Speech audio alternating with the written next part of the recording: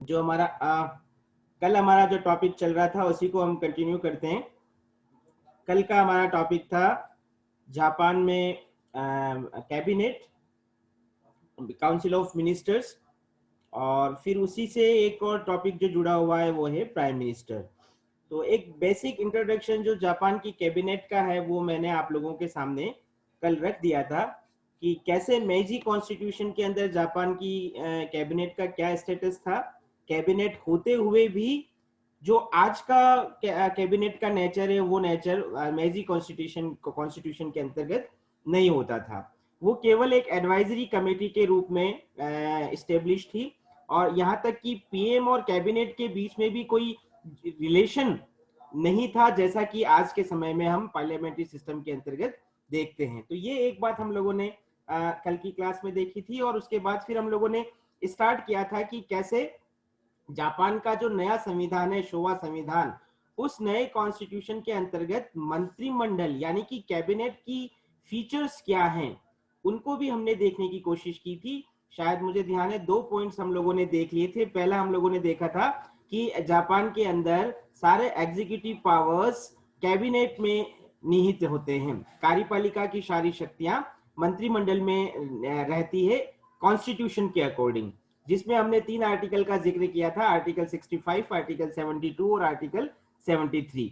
और इसी तरह से एक दूसरी विशेषता जो कैबिनेट की हम लोगों ने देखी थी वो था प्राइम मिनिस्टर्स लीडरशिप, यानी कि पूरी कैबिनेट को लीड कौन करता है, प्रधानमंत्री, यानी कि प्रधानमंत्री का नेतृत्व, जिसमें हमने 3 आर्टिकल को देखा था, आर्टिकल 66, आर्टिकल 68 और आर्टिकल 70। तो ये 3 बातें, ये 2 विशेषताएं हम लोग कल तक की क्लास में देख चुके हैं। आज इसके आगे हम एक तीसरी विशेषता जो देखने जा रहे हैं जापान की कैबिनेट सिस्टम की, वो है कलेक्टिव रेस्पॉन्सिबिलिटी, यानी कि सामूहिक उत्तरदायित्व। किसी भी पार्लियामेंट्री सिस्टम का ये उसकी एक आवश्यक या अनिवार्य विशेषता बता सकते हैं हम कि वहां पर पूरी कैबिनेट कलेक्टिव रूप से रेस्पॉन्सिबल होती है। अब किसके प्रति होती है, इसको हम 2 तरह से समझ सकते हैं। वैसे तो हम ये कहते हैं कि डेमोक्रेसी में जनता सर्वोपरि है, तो जो पूरी गवर्नमेंट है वो जनता के प्रति रेस्पॉन्सिबल होती है।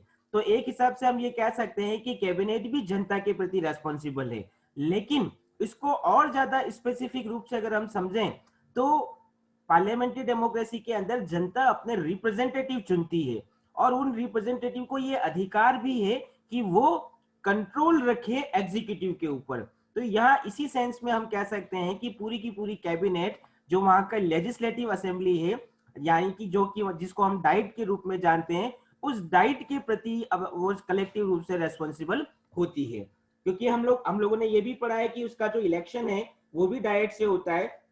तो जब तक डाइट में उसकी मेजोरिटी बनी रहती है तब तक कैबिनेट विद प्राइम मिनिस्टर अपनी पोस्ट पर बना रहता है, और जैसे ही प्राइम मिनिस्टर का रेजिग्नेशन हुआ पूरी की पूरी कैबिनेट अपने अपनी पोस्ट से रिजाइन कर देती है। तो इसको हम कहते हैं ये कैबिनेट जो है वो कलेक्टिव रेस्पॉन्सिबिलिटी के बेस पे काम करती है। सिमिलर यही फीचर्स आपको ब्रिटेन में भी देखने को मिलेगा, यही फीचर हमको इंडिया के अंदर देखने को भी मिलेगा। तो जापान में भी मंत्रिमंडल में हम इसी प्रकार की कलेक्टिव रेस्पॉन्सिबिलिटी बता सकते हैं।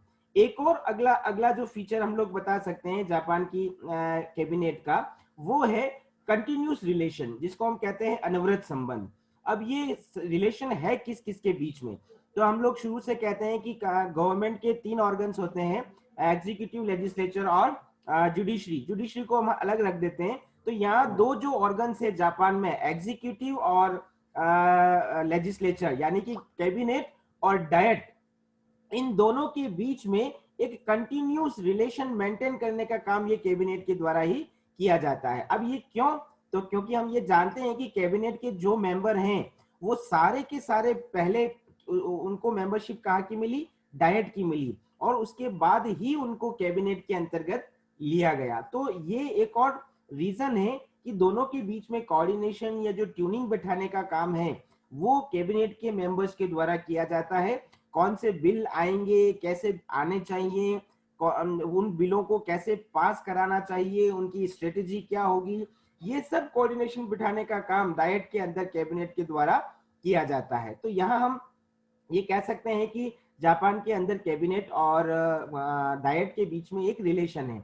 अच्छा, एक दूसरी बात और जो जापान में थोड़ा सा एक अलग है कॉन्स्टिट्यूशन के तहत, आप लोगों ने यहाँ पे स्क्रीन पे देख रखा होगा, मैंने आर्टिकल 68 की बात कर रखी है। आर्टिकल 68 के अंदर एक प्रोविजन है कि जापान में प्राइम मिनिस्टर जो है वो कैबिनेट को बनाएगा। मतलब कैबिनेट के अंदर कौन कौन मिनिस्टर्स होंगे ये डिसाइड करने का काम जापान के अंदर प्राइम मिनिस्टर का है। इंडिया में भी यही सिस्टम है और ब्रिटेन में भी यही सिस्टम है, लेकिन एक थोड़ा सा डिफरेंस जो हम बता सकते हैं जापान, इंडिया और ब्रिटेन के अंदर, वो यहाँ आर्टिकल 68 में नजर आएगा। जापान का कॉन्स्टिट्यूशन ये कहता है कि पीएम अपनी कैबिनेट में ज्यादा से ज्यादा वो मेंबर लेगा जो डाइट के मेंबर हैं, है ना। इसका मतलब क्या हुआ कि पीएम अगर चाहे तो किसी ऐसे मेंबर को भी, किसी ऐसे व्यक्ति को भी अपनी कैबिनेट में मिनिस्टर बना सकता है जो डाइट का मेंबर नहीं है। तो ये एक यूनिक फीचर एक और हम बता सकते हैं जो कि अक्सर प्रेसिडेंशियल सिस्टम में होता है। अगर आप यूएसए में चले जाओ तो अमेरिका के अंदर जो प्रेसिडेंशियल सिस्टम है उसमें ये प्रोविजन है कि राष्ट्रपति कहीं से भी किसी भी व्यक्ति को अपनी कैबिनेट में ले सकता है। तो उसका कुछ एक अंश हम जापान में भी देख सकते हैं। प्राइम मिनिस्टर डाइट में से ज्यादातर लोगों को अपने कैबिनेट में स्थान दे सकता है, लेकिन साथ ही साथ अगर वो चाहे कि उसकी नजर में कोई योग्य व्यक्ति डाइट के बाहर भी है तो उसको भी वो कैबिनेट में स्थान दे सकता है। ये थ्योरेटिकल एस्पेक्ट है जो कॉन्स्टिट्यूशन कहता है। प्रैक्टिस में आज दिन तक ऐसा हुआ नहीं है कि जापान में प्राइम मिनिस्टर ने ज्यादातर मंत्रियों को डाइट के बाहर से ले लिया हो, ऐसा हुआ नहीं है। लेकिन फिर भी कॉन्स्टिट्यूशन ये प्रोविजन करता है कि डाइट के बाहर का व्यक्ति भी कैबिनेट में स्थान प्राप्त कर सकता है। तो ये एक प्रोविजन जो हम स्पेशली, सर हाँ बताओ। सर हाँ बोलो बोलो, आवाज आ रही, बोलो हर्ष। सर एक डाइट के बाहर का जो मेंबर होगा वो इलेक्टेड होना जरूरी है? नहीं नहीं, वही तो मैं बोल रहा हूँ ना कि हमारे यहाँ रिप्रेजेंटेटिव होना चाहिए या फिर कोई भी? वो एनीवन देखो हमारे यहाँ क्या सिस्टम है। सपोज करो आज अशोक गहलोत ने या नरेंद्र मोदी ने किसी ऐसे व्यक्ति को अपनी कैबिनेट में ले लिया जो अभी इलेक्टेड रिप्रेजेंटेटिव नहीं है। सपोज करो अशोक गहलोत अगर आज मुझे ही मिनिस्टर बना देते हैं तो मेरे लिए कंपल्शन क्या होगा कि नेक्स्ट 6 मंथ में मुझे असेंबली की मेंबरशिप कहीं ना कहीं से इलेक्शन फाइट करके असेंबली की मेंबरशिप लेनी पड़ेगी। मतलब फाइनली मुझे तो किसी न किसी हाउस का मेंबर बनना ही पड़ेगा। इंडिया में भी ये सिस्टम है और यूके के अंदर भी ये सिस्टम है। जापान में ऐसा नहीं है। अगर प्राइम मिनिस्टर चाहे तो डाइट के बाहर के व्यक्ति को बना सकता है और उस व्यक्ति को डाइट की मेंबरशिप लेना जरूरी नहीं है। तो यही मैं कह रहा हूं कि ये एक यूनिक फीचर जो है जो इंडिया से और यूके से डिफर करता है जापान के अंदर। तो इसीलिए ये कॉन्स्टिट्यूशन का प्रोविजन है, लेकिन जैसे कि मैंने कहा लिखा हुआ भी है कि प्रैक्टिस में ऐसा नहीं हुआ है। थ्योरेटिकल प्रोविजन से प्रैक्टिस में ऐसा नहीं हुआ है, इसीलिए हम कैबिनेट का ये फीचर बता रहे हैं कि दोनों के बीच में एक कंटिन्यूअस रिलेशन हमेशा बना हुआ है। तो ये चौथा फीचर जो हम जापान के बारे में बता सकते हैं। जब अब नेक्स्ट एक और बात जब हम करेंगे जापान की कैबिनेट की, तो वो है पॉलिटिकल होमोजेनिटी, जिसको हम हिंदी में कहेंगे राजनीतिक सजातीयता। अब राजनीतिक सजातीयता का मतलब क्या है? अक्सर मैं इसको आपको पॉलिटिकल यूनिफॉर्मिटी के नाम से समझाता आया हूं। जैसे कि अभी आप लोग एग्जाम्पल के तौर पर देखें तो राजस्थान के अंदर कांग्रेस की सरकार है, चीफ मिनिस्टर कांग्रेस का है, और कांग्रेस के चीफ मिनिस्टर ने जो पूरी की पूरी कैबिनेट बनाई है, उस कैबिनेट में सारे के सारे मंत्री कौन सी पार्टी के हैं? कांग्रेस की पार्टी के हैं। क्यों? क्योंकि कांग्रेस का राजस्थान की असेंबली में मेजोरिटी है, उसका बहुमत है। तो कहने का मतलब पार्लियामेंट्री फॉर्म ऑफ गवर्नमेंट के अंदर ये रूल होता है कि जो भी व्यक्ति लीड कर रहा है, चाहे नेशनल लेवल पर हम प्राइम मिनिस्टर की बात करें या स्टेट लेवल पर चीफ मिनिस्टर की बात करें, वो अपने ही मेजोरिटी वाले ग्रुप से अपना पूरा कैबिनेट बनाता है। सेम सिस्टम हम ये जापान में भी अप्लाई कर सकते हैं। जापान में भी जो प्रधानमंत्री होता है वो अपनी पूरी कैबिनेट अपनी मेजोरिटी वाली पार्टी से ही बनाता है। तो ये जो तरीका है बनाने का, उसको हम कहते हैं ये पॉलिटिकल होमोजेनिटी है या राजनीतिक सजातीयता है। यानी कि एक ही दल में से जिस दल को मेजोरिटी मिली है उसी एक ही दल में से पूरी की पूरी कैबिनेट बनाई जाएगी। अब इसके पीछे रीजन क्या है? तो दो रीजन मैंने आपके सामने स्क्रीन पे लिख रखे हैं। सबसे पहला रीजन कि पूरे देश के लिए कैबिनेट के पास रेस्पॉन्सिबिलिटी क्या है? पूरे देश के लिए पॉलिसियां बनाना, पूरे देश को प्रोग्रेसिव मोड पर लेकर आना, और इसको करने के लिए सभी की, यानी कि कैबिनेट के अंदर जितने लोग हैं सभी की आइडियोलॉजी सेम होनी चाहिए, सभी का गोल सेम होना चाहिए। अब एक पार्टी के लोगों की आइडियोलॉजी भी सेम होगी, उनका गोल भी सेम होगा। अगर अलग अलग पार्टी के लोगों को लेकर कैबिनेट बना लें तो हो सकता है आइडियोलॉजिकल डिफरेंसेस, मतलब विचारधारा की भिन्नता के आधार पर वो नीतियां ढंग से बना नहीं पाए या उनको क्रियान्वित नहीं कर पाए। तो इसीलिए नीतियों के निर्धारण में और उनके क्रियान्वयन में, मतलब उनके एग्जीक्यूशन के अंदर बहुत आसानी रहे, सरलता से देश प्रोग्रेसिव मोड पर जाए, देश को अच्छी तरह से संचालित किया जा सके शासन के स्तर पर। इसीलिए ये पॉलिटिकल होमोजेनिटी का जो प्रिंसिपल है वो पार्लियामेंट्री फॉर्म ऑफ गवर्नमेंट में माना जाता है। और दूसरी बात, दूसरा एक रीजन और बता सकते हैं कि अगर एक ही पार्टी से, जो मेजोरिटी पार्टी है उससे अगर कैबिनेट बनेगी तो उससे कलेक्टिव रेस्पॉन्सिबिलिटी की जो फीलिंग है वो बनी रहती है। कलेक्टिव रेस्पॉन्सिबिलिटी मतलब क्योंकि वो सब मिलकर काम कर रहे हैं, उनके अंदर वी फीलिंग्स, जो हम की भावना है वो एक ही दल के व्यक्तियों में होती है।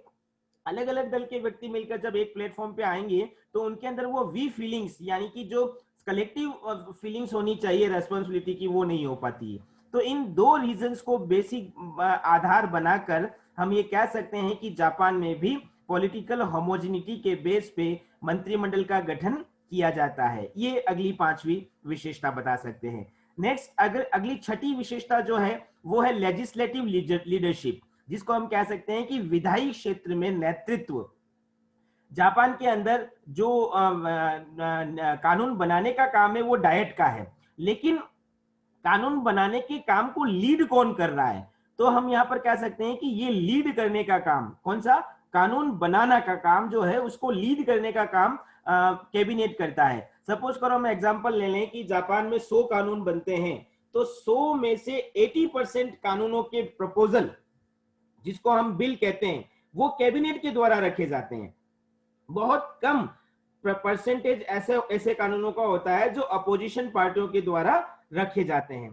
तो ये एक बात है कि ज्यादातर बिल रख कौन रहा है? कैबिनेट। उनको अप्रूव कौन करा रहा है? कैबिनेट अप्रूव करा रही है। और कैबिनेट में भी कौन? तो हम लोग कहते हैं आर्टिकल 73 के अकॉर्डिंग कि चूंकि कैबिनेट को लीड करने का काम प्राइम मिनिस्टर कर रहा है, तो प्राइम मिनिस्टर ही वहां पर ज्यादा से ज्यादा bill as a representative of cabinet वो उन बिलों को उसके अंदर रखता है, चाहे वो नेशनल इश्यूज के से रिलेटेड बिल हो, चाहे वो फॉरेन अफेयर्स से रिलेटेड बिल हो। मतलब हर राष्ट्रीय संदर्भ के महत्वपूर्ण विषय पर बिल रखने का काम कैबिनेट करती है, और विदेश नीति से जुड़े हुए विषयों पर भी कानून बनाने की पहल और उसको अंजाम देने का काम कैबिनेट करती है। तो कहने का मतलब जापान के अंदर ज्यादातर विधान बनाने के काम में भूमिका कैबिनेट के द्वारा की जाती है। तो ये एक और अगली हम उसकी विशेषता बता सकते हैं। फिर नेक्स्ट, अगली एक और विशेषता जो जापान की कैबिनेट सिस्टम की है वो है सीक्रेसी, गोपनीयता। हर देश के अंदर ये कैबिनेट, चाहे वो पार्लियामेंट्री फॉर्म ऑफ गवर्नमेंट हो चाहे प्रेसिडेंशियल फॉर्म ऑफ गवर्नमेंट हो, ये फीचर्स हर कैबिनेट के अंदर पाया जाता है। अभी हम जापान की बात कर रहे हैं, तो जापान में भी हम कह सकते हैं कि जापान में कैबिनेट की जब भी बैठकें होती हैं, जब भी उनकी मीटिंग्स होती हैं, तो उन मीटिंग्स के अंदर सीक्रेसी के रूल को फॉलो किया जाता है, गोपनीयता को मेंटेन किया जाता है। गोपनीयता का मतलब यह क्या है कि उन मीटिंग्स का एजेंडा क्या होगा, उन मीटिंग्स का डिस्कशन क्या हुआ, उसका फाइनल कंक्लूजन या निर्णय क्या निकला, वो सब पब्लिक डोमेन में तब तक नहीं आएगा जब तक प्राइम मिनिस्टर और उसकी कैबिनेट खुद डिसाइड नहीं करे। कहने का मतलब सारी मंत्रिमंडल की जो बात नीतियां हैं, उनकी बातें हैं, उनके विचार विमर्श हैं, उनको गोपनीय रखा जाता है, क्योंकि बहुत सारे विषय ऐसे होते हैं जो सेंसिटिव भी होते हैं। तो उन सेंसिटिव इश्यूज पर किसका क्या डिस्कशन रहा पब्लिक डोमेन में लाना वो जरूरी नहीं है। कंक्लूजन क्या रहा वो बताना जरूरी रहता है। तो वो कौन बताएगा? तो यहां पर हम कह सकते हैं कि ये प्राइम मिनिस्टर डिसाइड करता है। अक्सर आप भी हमारे यहाँ देखते होंगे कि प्रधानमंत्री नरेंद्र मोदी और उनकी कैबिनेट ने कोई निर्णय लिया तो हर व्यक्ति उस निर्णय के बारे में बात नहीं करता है, प्राइम मिनिस्टर डिसाइड करता है कि एक्स मिनिस्टर इस डिसीजन को प्रेस के सामने रखेगा या पब्लिक के सामने रखेगा या वाई व्यक्ति इस बात को सामने रखेगा, तो अगर पब्लिक डोमेन में वो डिसीजन लाना भी है तो कौन लाएगा ये डिसाइड भी कैबिनेट तय करती है। तो कहने का मतलब पूरी की पूरी जो मिनट्स होती है मीटिंग की, वो सारी मिनट्स, उनका एजेंडा, उनकी फंक्शनिंग, उनका डिस्कशन, ये सब गोपनीयता के सिद्धांत के आधार पर जापान में काम करता है। तो ये एक अगला फीचर। और एक आखिरी बात जो हम जापान की कैबिनेट सिस्टम की विशेषता के रूप में बता सकते हैं वो है पॉलिटिकल लीडरशिप, यानी कि राजनीतिक नेतृत्व। पूरे जापान का जो पॉलिटिकल सिस्टम है उसको लीड करने का काम, उसको नेतृत्व प्रदान करने का काम कैबिनेट के द्वारा किया जाता है। अब आप लोग देख सकते हो कि जैसे इंडिया के अंदर भी कैबिनेट के अंदर अलग अलग पोर्टफोलियो या विभाग होते हैं, जैसे गृह मंत्रालय, वित्त मंत्रालय, विदेश मंत्रालय, रक्षा मंत्रालय, पता नहीं कितने 25-30 विभाग बना रखे हैं, 25-30 पोर्टफोलियो हैं।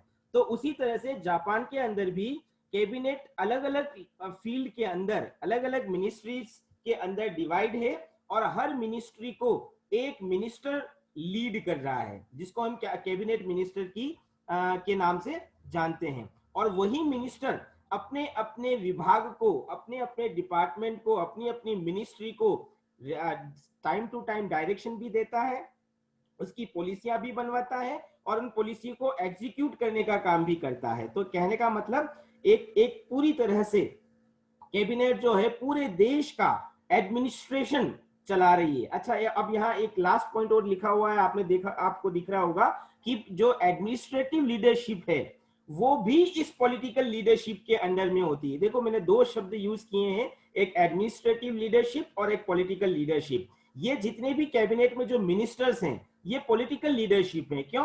क्योंकि इनको पब्लिक ने इलेक्ट किया है एक स्पेसिफिक टाइम के लिए, एक निश्चित समय अवधि के लिए ये चुने गए हैं और इसीलिए ये उस पॉलिटिकल गवर्नमेंट को फॉर्म कर रहे हैं जो देश को चला रही है। लेकिन इस पॉलिटिकल लीडरशिप को असिस्ट करने के लिए एक ब्यूरोक्रेसी होती है जिसको हम एडमिनिस्ट्रेटिव स्ट्रक्चर के रूप में जानते हैं। और उस एडमिनिस्ट्रेटिव स्ट्रक्चर के भी अपने कुछ हेड्स होते हैं। आप लोगों ने शायद एडमिनिस्ट्रेशन के अंदर पढ़ा होगा, सेक्रेटरी, फिर डेप्यूटी सेक्रेटरी, एडिशनल सेक्रेटरी, उसके नीचे बाबू, लास्ट पियोन तक जाके ये जो पूरी चेन है, ये पूरी चेन एक प्रकार की ब्यूरोक्रेसी या एडमिनिस्ट्रेटिव चेन के रूप में हम जानते हैं। तो ये पूरा एडमिनिस्ट्रेटिव स्ट्रक्चर जो है वो इसी पॉलिटिकल लीडरशिप के अंडर में रहकर काम करता है। तो ये जापान के अंदर भी हम बता सकते हैं कि इस प्रकार की व्यवस्था विद्यमान है। तो ये कुल 8 बातें जो हैं मैं अभी आपको रिपीट कर देता हूं, जो हम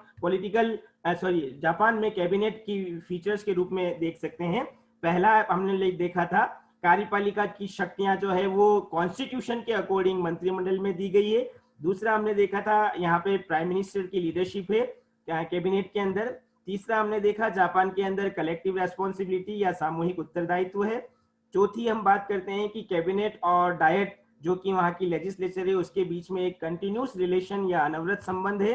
पांचवी बात हम लोगों ने देखी थी, जापान के अंदर कैबिनेट के निर्माण में पॉलिटिकल होमोजेनिटी को फॉलो किया जाता है, यानी कि राजनीतिक सजातीयता के सिद्धांत का अनुकरण होता है। और छठी बात हम लोगों ने पढ़ी थी कि कानून बनाने के क्षेत्र में सारे प्रोसेस को जो लीड करने का काम है, यानी कि विधायी नेतृत्व का जो काम है वो जापान के अंदर कैबिनेट के द्वारा किया जाता है। नेक्स्ट अगली बात हम लोगों ने पढ़ी थी, जापान में कैबिनेट सीक्रेसी या गोपनीयता के सिद्धांत पे काम करती है। और एक आखिरी बात हम लोगों ने पढ़ी थी कैबिनेट के फीचर के रूप में कि कैबिनेट जो है वो एक तरह से पॉलिटिकल लीडरशिप का काम करती है, यानी कि पूरे फंक्शन को, पॉलिटिकल सिस्टम को लीड करने का काम जापान में कैबिनेट के द्वारा किया जा रहा है। तो ये जो हमारा टॉपिक था वो था जापान में मंत्रिमंडल की विशेषता या मंत्रिमंडलात्मक व्यवस्था की विशेषता है। तो ये एक पूरी बात। अब एक छोटी छोटी कुछ बातें हैं जो हमारे लिए जानना जरूरी है, जिसको मैंने आपके सामने जनरल फैक्ट्स के रूप में रखा है। सामान्य तथ्य क्या है, जनरल फैक्ट्स किससे रिलेटेड? तो हम बात कर सकते हैं कि जनरल फैक्ट्स जो है वो, ये सारे जनरल फैक्ट्स जो है वो अपने क्या बोलते हैं, कैबिनेट से रिलेटेड जनरल फैक्ट्स हैं। तो कैबिनेट से रिलेटेड जनरल फैक्ट्स में हम पहली बात कर रहे हैं, एलिजिबिलिटी क्या होनी चाहिए। एलिजिबिलिटी किसकी? एलिजिबिलिटी की बात जब हम यहाँ पर कर रहे हैं तो हम बात कर रहे हैं कि किस व्यक्ति को मंत्री बनाया जा सकता है, मंत्रिमंडल में किस व्यक्ति को लिया जा सकता है। तो आप देखो मैंने 2 पॉइंट्स लिख रखे हैं, एक आर्टिकल 66 और एक दूसरी बात। आर्टिकल 66 क्या कह रहा है कि वो व्यक्ति जिसका बैकग्राउंड आर्मी फील्ड से नहीं है, जो सोल्जर नहीं है, यानी कि जो असैनिक व्यक्ति है, उसी व्यक्ति को प्रधानमंत्री मंत्रिमंडल में स्थान देगा। तो ये इसके पीछे रीजन क्या है? तो आप लोगों को ध्यान हो, जब हम संविधान की विशेषताएं पढ़ रहे थे तो उन विशेषताओं में हमने पढ़ा था कि जापान ने युद्ध का त्याग किया है। मतलब वो उन्होंने कॉन्स्टिट्यूशन में ये डिक्लेयर किया कि हम आगे चलकर वॉर नहीं करेंगे। और उसके पीछे रीजन क्या था कि जापान ही विश्व का एक ऐसा देश है जिसके ऊपर न्यूक्लियर बॉम्ब गिराया गया था और उसका खामियाजा उसको दशकों तक, मतलब बहुत सारे डिकेड्स ऐसे चले गए जब न्यूक्लियर पावर का जो साइड इफेक्ट था उससे वो प्रभावित रहे। तो इन सब चीजों को देखते हुए जापान के लोगों में क्या, या संविधान के निर्माताओं ने क्या तय किया कि हम जो मिलिट्री फीलिंग्स वाले, जो इस प्रकार की एग्रेसिव थॉट्स वाले लोग हैं, उनको हम कैबिनेट में कभी स्थान नहीं देंगे। इसीलिए जब कॉन्स्टिट्यूशन बना तो उसके अंदर ये एक एलिजिबिलिटी तय की गई कि ऐसा व्यक्ति जो कि असैनिक होगा, उसी व्यक्ति को कैबिनेट के अंदर मिनिस्टर बनाया जाएगा। तो ये एकमात्र ऐसी योग्यता है जो कॉन्स्टिट्यूशन के अंदर मंत्रिमंडल के निर्माण के बारे में बताई गई है। बाकी जो पूरा कॉन्स्टिट्यूशन, बाकी जो मंत्रिमंडल बनाने का जो पूरा तरीका है, वो पूरा का पूरा वही तरीका है जो ब्रिटेन के अंदर या भारत के अंदर हम लोग बता सकते हैं। और वो तरीका क्या है कि वो व्यक्ति कैबिनेट के अंदर जा सकता है जो नेशनल इंटरेस्ट के बारे में सोच सकता है। लेकिन यहाँ पर आप ये ध्यान रखना, अभी मैंने कहा कि जैसे भारत में जो योग्यता या ब्रिटेन में जो योग्यता है वही जापान में चाहिए, तो ऐसा नहीं। अभी थोड़ी देर पहले हमने एक क्लॉज पे डिस्कस किया था कि जापान के अंदर कोई गैर डाइट का व्यक्ति, यानी कि वो व्यक्ति जो वहां की लेजिस्लेचर का मेंबर नहीं है, उसको भी कैबिनेट के अंदर मिनिस्टर बनाया जा सकता है।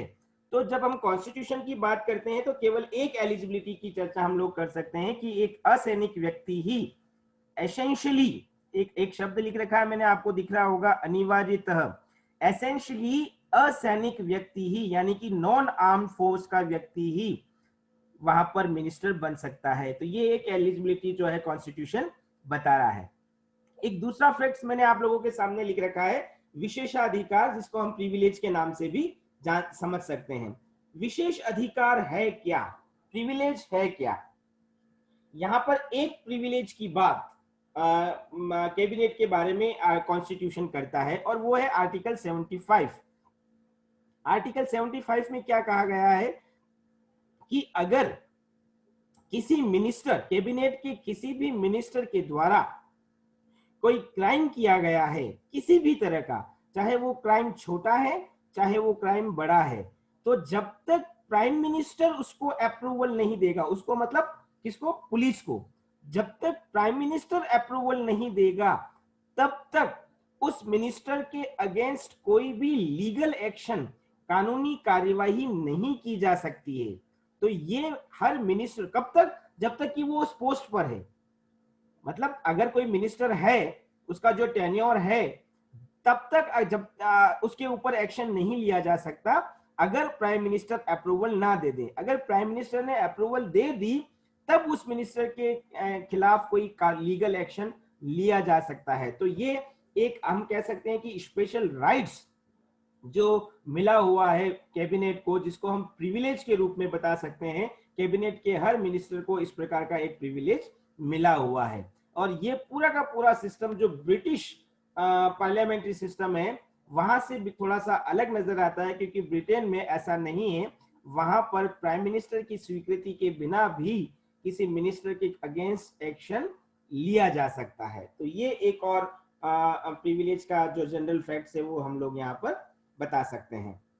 नेक्स्ट, अब जो आता है वो आप हमारे लिए जानना और जरूरी बन जाता है कि जापान के अंदर कैबिनेट का फॉर्मेशन कैसे होता है, उसका ऑर्गेनाइजेशन किस तरह का है, वो किस तरह से बनती है।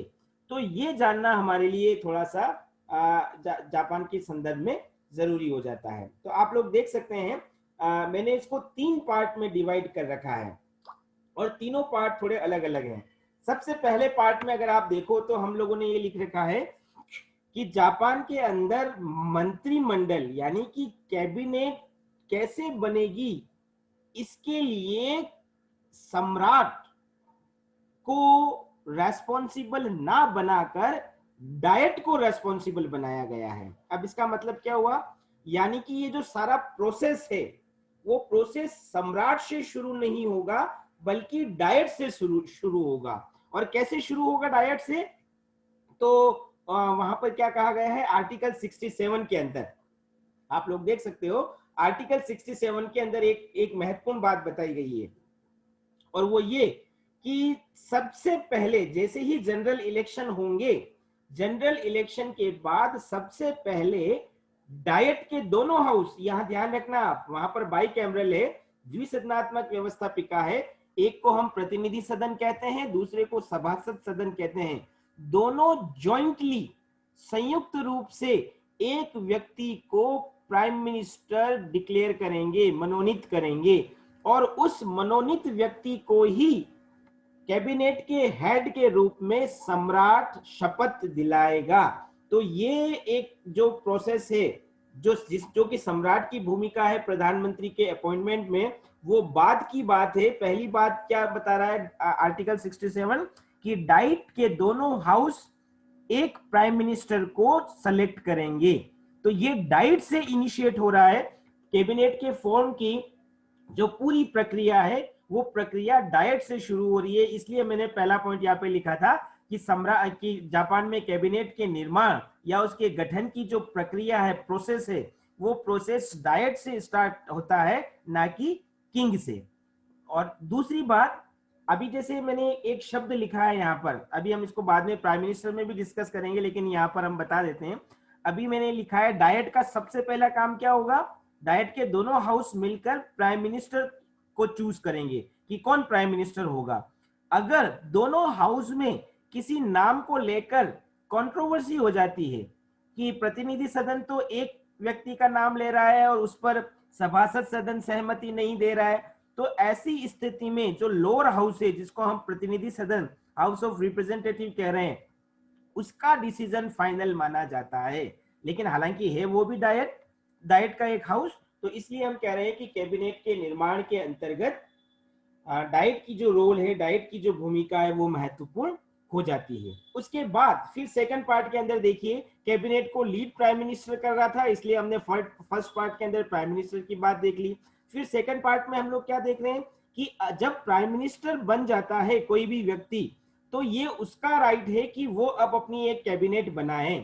तब प्रधानमंत्री कैबिनेट के दूसरे मिनिस्टर्स को अपॉइंट करता है और अपॉइंट करते वक्त वो कुछ बातों का ध्यान रखता है, जैसे वो अपनी कैबिनेट में अपनी ही पार्टी के सीनियर और एक्सपीरियंस्ड मिनिस्टर्स को लेवे। दूसरी बात वो ये ध्यान रखता है कि जापान के मतलब ज्योग्राफिकली जापान के हर कोने से रिप्रेजेंटेशन उसकी कैबिनेट में हो। उसको ये भी ध्यान रखना पड़ता है कि हर रिलीजन, हर कम्युनिटी, हर क्लास के व्यक्ति को उसकी कैबिनेट में रिप्रेजेंटेशन मिले। तो ये कुछ प्रैक्टिकल बातें हैं जिन बातों को माइंड में रखकर जापान के प्राइम मिनिस्टर के द्वारा अपनी पूरी कैबिनेट को अपॉइंट किया जाता है। यहाँ पर एक बात और जो हमने भी थोड़ी देर पहले भी पढ़ी थी कि कोई जो नॉन डाइट मेंबर्स है, यानी कि ऐसा व्यक्ति जो डाइट का मेंबर नहीं है और प्राइम मिनिस्टर को लगता है कि वो योग्य और अनुभवी है, उसकी सर्विसेज का एडवांटेज कैबिनेट को मिलना चाहिए, तो ऐसे व्यक्ति को भी प्राइम मिनिस्टर अपनी कैबिनेट में ले सकता है। ये प्राइम मिनिस्टर का राइट है कि वो किसको ले और किसको ना ले। तो ये एक दूसरी बात, पहली बात हमने पढ़ी थी कैसे कैबिनेट के हेड के रूप में प्राइम मिनिस्टर को चुना जाता है। दूसरी बात हम लोगों ने पढ़ी कि कैसे कैबिनेट का फॉर्मेशन या गठन प्राइम मिनिस्टर के बाद होता है। अब तीसरी बात हम लोग यहाँ पर और देख रहे हैं कि इस कैबिनेट के अंदर अंदर मिनिस्टर्स कितने होंगे। तो जापान का कॉन्स्टिट्यूशन ये कहता है कि कोई नंबर फिक्स नहीं होगा। जैसे अगर हम इंडिया के कॉन्स्टिट्यूशन की बात करें तो इंडिया के कॉन्स्टिट्यूशन में अभी ये एक प्रोविजन है कि हमारे जो लोअर हाउस है लोकसभा, उसके मेंबरशिप, टोटल मेंबरशिप का 12%, 12% से ज्यादा मंत्री नहीं हो सकते। तो जब हम जापान की बात करते हैं तो जापान ऐसा कोई एक फिक्स नंबर तय नहीं करता है। जापान के अंदर ये कहा गया है कि कानून के द्वारा समय समय पर यह तय किया जा सकता है कि कैबिनेट के अंदर कितने मिनिस्टर होंगे, लेकिन एक फिक्स नंबर कॉन्स्टिट्यूशन कभी नहीं बताता है। तो ये पहला प्रोविजन साइज ऑफ कैबिनेट के बारे में हम बता सकते हैं। फिर एक दूसरी बात जो आर्टिकल 66 में बताई गई है, और वो ये कि मंत्रिमंडल में एक प्राइम मिनिस्टर होगा और कानून के द्वारा जो पोर्टफोलियो बनाए जाएंगे, जैसे अभी मैंने कहा पोर्टफोलियो का मतलब defence minister, finance minister, foreign minister, home minister, ये जितने भी पोर्टफोलियो जिनको हम विभाग कहते हैं, ये सारे विभाग बनाए किसके द्वारा? लॉ के द्वारा, विधि के द्वारा बनाए गए हैं। तो विधि जितने विभाग बनाएंगी, मतलब कानून के द्वारा जितने डिपार्टमेंट्स या जितने पोर्टफोलियो डिसाइड होंगे, उतने मिनिस्टर्स जापान के अंदर कैबिनेट के अंदर होंगे। तो ये आर्टिकल 66 की बात हम बता सकते हैं कि कैबिनेट में एक प्राइम मिनिस्टर और कानून के द्वारा निर्धारित राज्य के अन्य मंत्री होंगे। तो ये एक और जो सामान्य बात हम लोग बता सकते हैं जापान के अंतर्गत, जो कि मंत्रिमंडल के गठन से जुड़ी हुई है। आज की एक लास्ट छोटी सी बात और हम लोग कर लेते हैं कि जापान में कैबिनेट की फंक्शनिंग किस तरह की है, उसकी कार्य प्रणाली या कार्य विधि किस तरह की है। तो जब भी कुछ सर्टेन पॉइंट्स मैंने लिख रखे हैं, जब भी कैबिनेट की बैठक होती है तो उन बैठकों को जो लीड करता, उसको चेयर करने का काम, यहाँ लीड का मतलब मेरा चेयर करने का की बात है, चेयर करने से है कि जापान में मंत्रिमंडल की बैठकों की अध्यक्षता प्रधानमंत्री के द्वारा की जाती है। और अगर प्रधानमंत्री कभी अब्सेंट रहता है तो प्रधानमंत्री के अब्सेंस में उन मीटिंग्स की जो चेयर करने का काम है वो डेप्यूटी प्राइम मिनिस्टर, वहां पर प्रोविजन है डेप्यूटी प्राइम मिनिस्टर का, तो डेप्यूटी प्राइम मिनिस्टर के द्वारा उन बैठकों की अध्यक्षता की जाती है। अब प्राइम मिनिस्टर चूंकि बहुत इंपॉर्टेंट है तो इसके लिए उसका अपना एक पीएम ऑफिस है, जिसको हम प्रधानमंत्री कार्यालय कह सकते हैं। उस पीएम ऑफिस की ये रेस्पॉन्सिबिलिटी है कि जब भी कैबिनेट की बैठकें होंगी, उन बैठकों का एजेंडा क्या होगा, एजेंडा मतलब कार्यसूची क्या होगी, किन किन विषयों पर उस बैठक के अंतर्गत डिस्कशन होगा, उसका निर्णय क्या होगा, ये सब कुछ मेंटेन करने का काम पीएम ऑफिस के द्वारा किया जाता है। फिर नेक्स्ट एक और पॉइंट हम लोगों ने लिख रखा है कि कैबिनेट की बैठकें रोज नहीं होती है। कॉन्स्टिट्यूशन के अंदर कहा गया है ट्वाइस इन अ वीक, एक सप्ताह में 2 बार कैबिनेट की बैठकें होंगी, एक मंगलवार को होगी ट्यूसडे को, और दूसरी फ्राइडे यानी कि शुक्रवार को होगी। तो सप्ताह में 2 बैठकों को निर्धारित करने का काम संविधान के द्वारा किया गया है। फिर नेक्स्ट अगली बात हम लोगों ने पहले भी पढ़ ली है कि जापान के अंदर जितनी भी कैबिनेट की बैठकें होती है ये सीक्रेसी के रूल को फॉलो करती है, यानी कि उसमें गोपनीयता पूरी रखी जाती है। लेकिन आगे की जो 2 बातें हैं वो आप लोगों के लिए थोड़ी महत्वपूर्ण है। एक बात मैंने लिखी है कि कैबिनेट के अंदर जो भी निर्णय लिए जाते हैं वो सर्वसम्मति से लिए जाते हैं।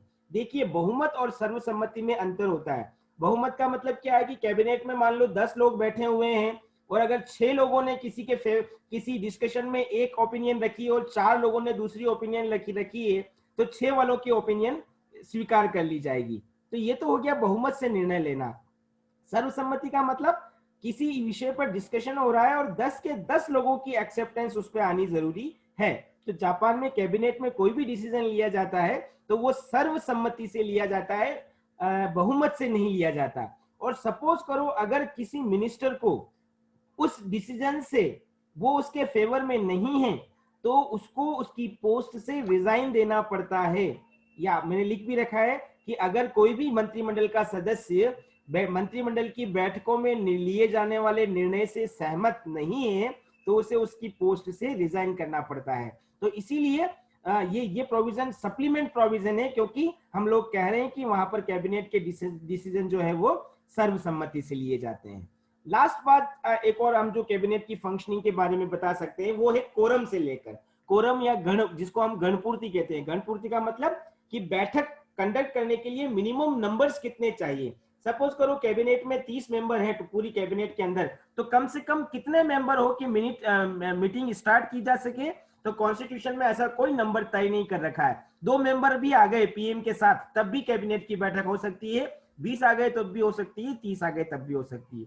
तो कोरम को लेकर अमेरिका, जापान का कॉन्स्टिट्यूशन कोई प्रोविजन नहीं करता है। तो ये हमारा छोटा सा एक फंक्शनिंग ऑफ कैबिनेट भी हम लोगों ने देखी। 35 सेकंड बचे हुए हैं, किसी का कोई सवाल हो तो पूछ सकते हो, अदरवाइज कल हम लोग प्राइम मिनिस्टर देखने की कोशिश करेंगे। कोई भी सवाल किसी का? तनिषा, साइमा, जगदीश, आरती, कोई सवाल भाई? No sir.